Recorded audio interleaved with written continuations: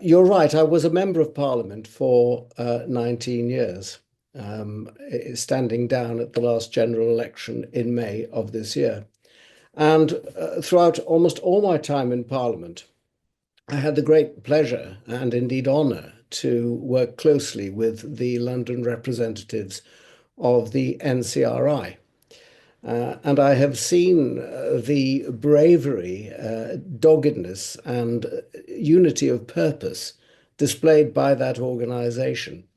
It is right, as you say, that the NCRI is essentially the democratic assembly of the Iranian people in exile. And their proposals for re-establishing democratic institutions in Iran, I believe, are the best, and I would go so far as to say the only way forward.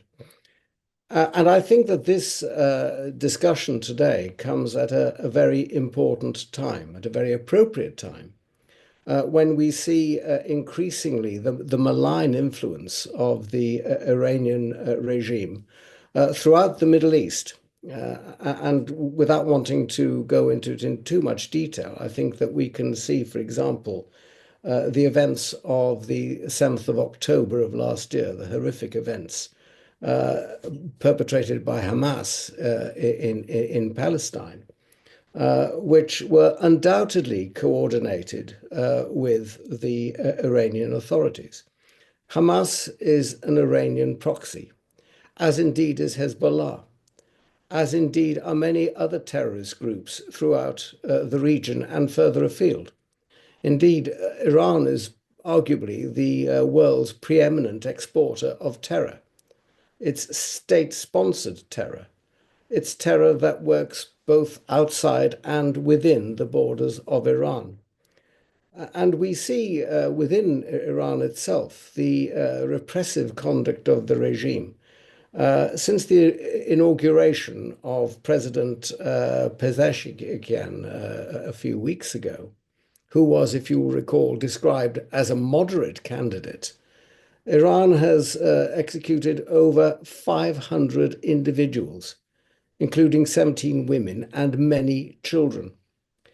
This is a regime that is resorting to terror within its own borders to repress and suppress its own people. And I think it is hugely to the credit of the Iranian people that despite that terror that is imposed upon them, they are resisting, they have resisted, they continue to resist and support in huge numbers the activities of the PMOI, MEK, and the NCRI. Outside its borders, Iran, as I've said, continues to export terror. And that is now, in fact, reaching the borders of Europe.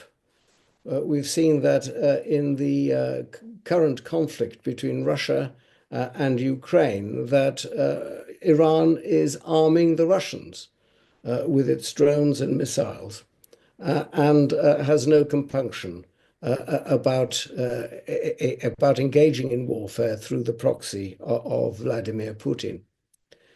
And closer to home for me in the UK, we have seen activities on the streets of London, which undoubtedly have been perpetrated at the behest of Iran. And in 2018, we had, of course, the attempted terrorist atrocity in Paris at the annual gathering of the NCRI, which was in fact found subsequently to be the work of an accredited Iranian diplomat at their embassy in Austria. This is not conduct that the democratic West can continue to countenance. There are so many steps that the West can and should be taking. Sanctions should be imposed upon Iran. We should make sure that they don't have access to the weaponry that they need. We need to make sure that they don't have access to markets for their oil. We need to ensure that Iran feels itself to be an international pariah, because that is exactly what it is. And unless the West adopts a more trenchant approach to Iran, I believe that the malign activities of the Iranian regime will continue. Here in the UK, I've been pressing for some time for the Islamic Revolutionary Guard Corps, the IRGC, to be designated as a terrorist organization, which it is already in many other Western countries, including the United States. For reasons that I find incredible and impossible to understand, the British government has consistently refused to do that. There is a suggestion that the reason that we do not designate the Iranian Revolutionary Guard Corps as a terrorist organization is so that we can maintain a dialogue with the Iranian regime, because the other Five Eyes nations, of course, have so designated the IRGC. That, however, I believe is a short-sighted policy. I believe that there should be unity in the West in treating Iran as the pariah that it is, and that goes to the extent of designating the IRGC as a terrorist organization.